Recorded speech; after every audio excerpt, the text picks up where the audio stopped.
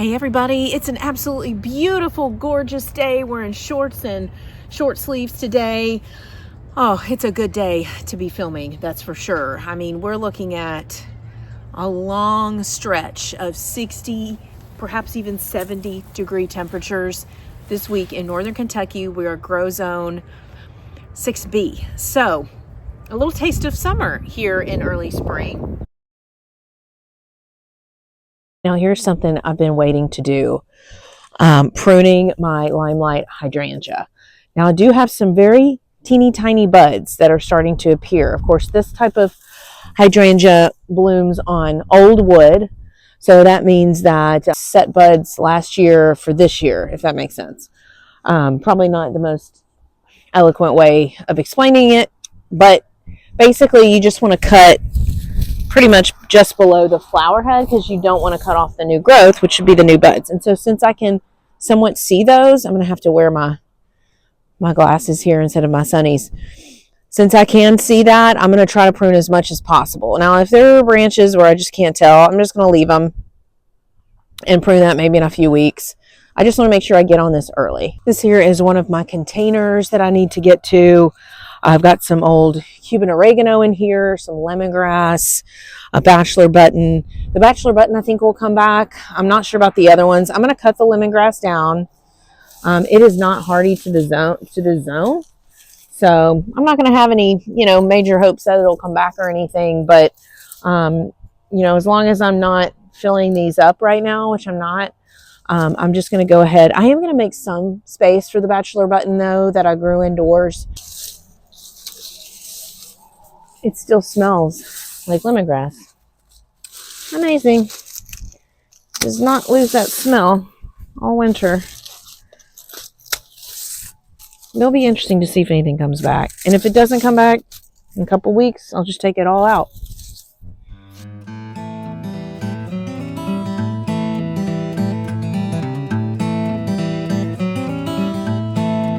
So I've got if I burn them over here, got my pine tree, of course.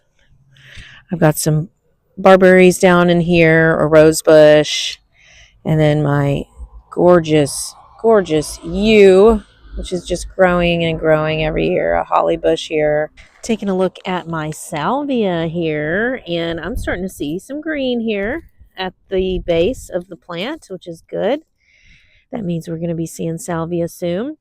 You can see I chopped it down to just the sticks over, I believe it was sometime in the winter, like in the later part of the winter.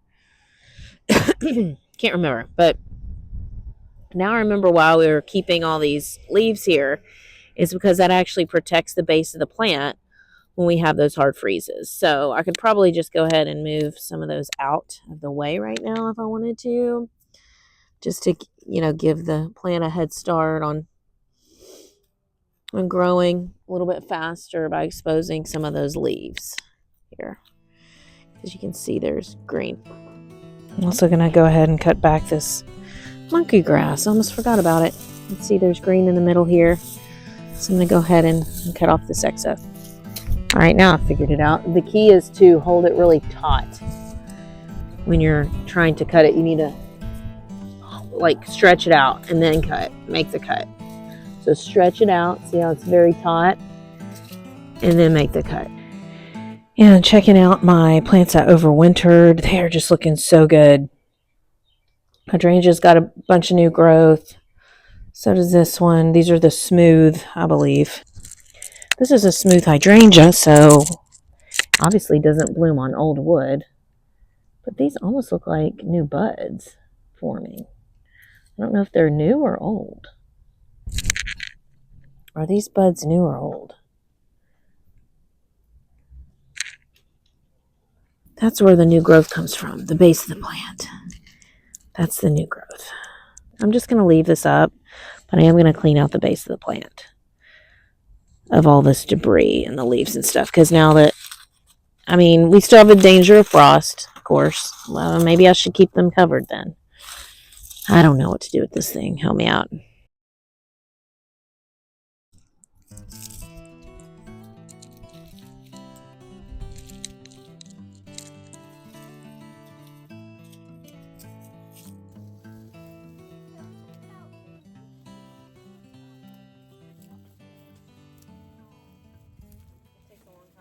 This container here in my window. It had coleus, begonia, and I think impatiens in there at one point. The coleus is super long. It's super great because the hummingbirds were visiting actually this window box. You can see those buds there. I'm hoping for quite a show here. I don't know when exactly this is supposed to bloom, but I cannot wait. I went to great lengths to keep this sucker alive over the winter, covering it with a bed sheet and all underneath these pine trees. So here's hoping we're going to see some fantastic blooms.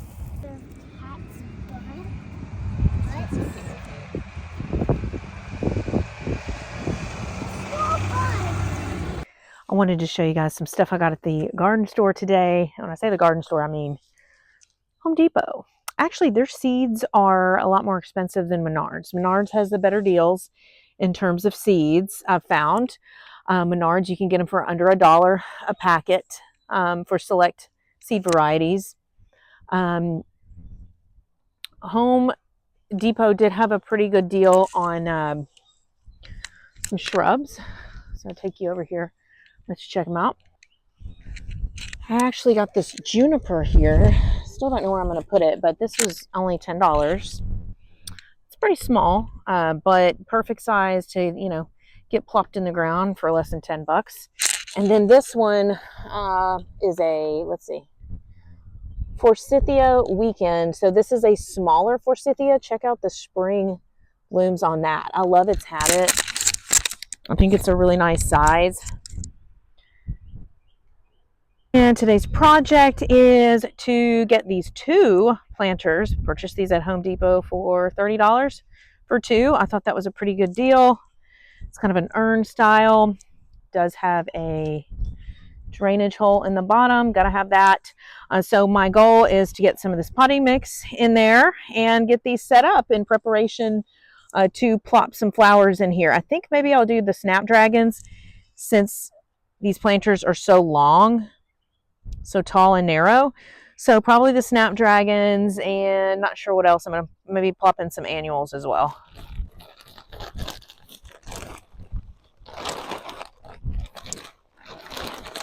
You don't realize how much goes into this. It's almost a full bag. It's crazy. All right.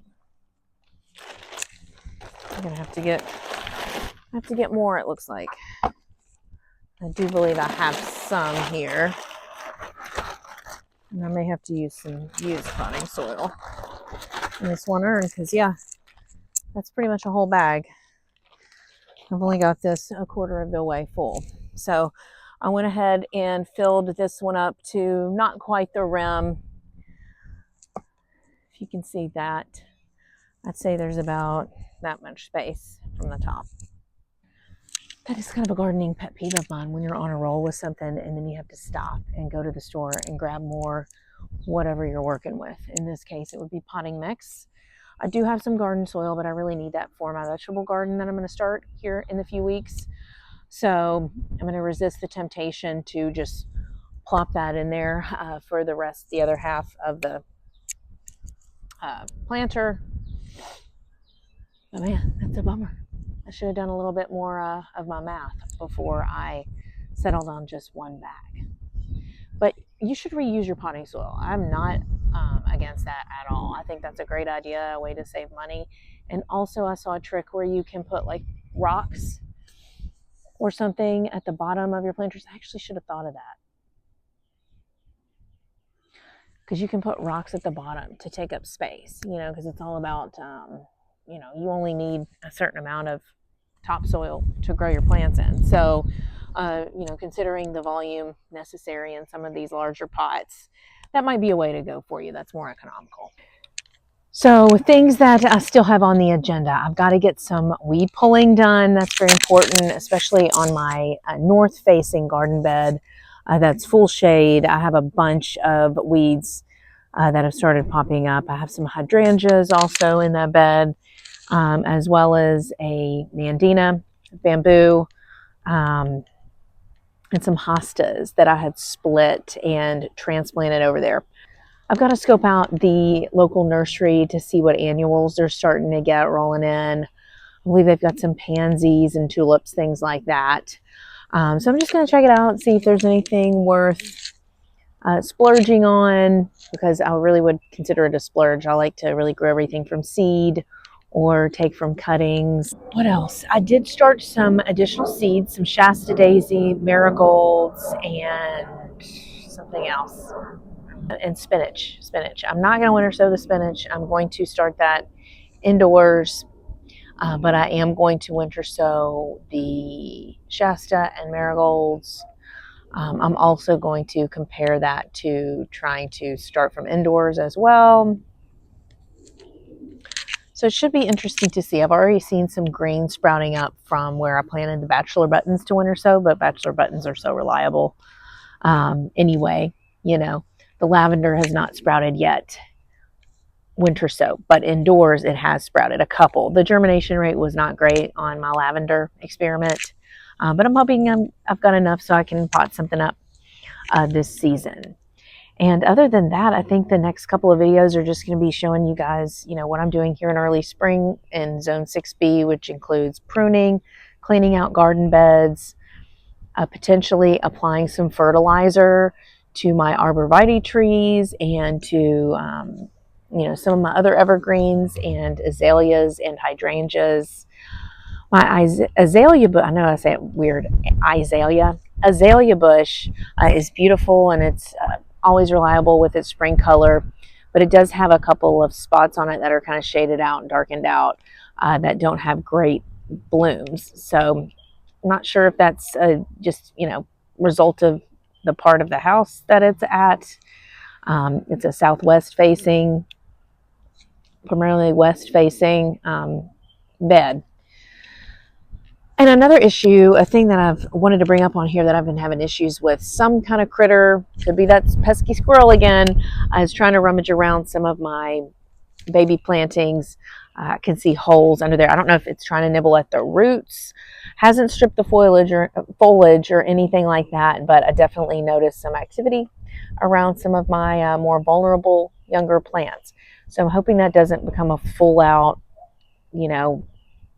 disappointing thing where it eats them up. I don't think it's the deer. I know I have deer, but I don't think that the deer's been messing with it. I think it's the squirrel for sure, or some other type of critter. But yeah, it's been a gorgeous day here.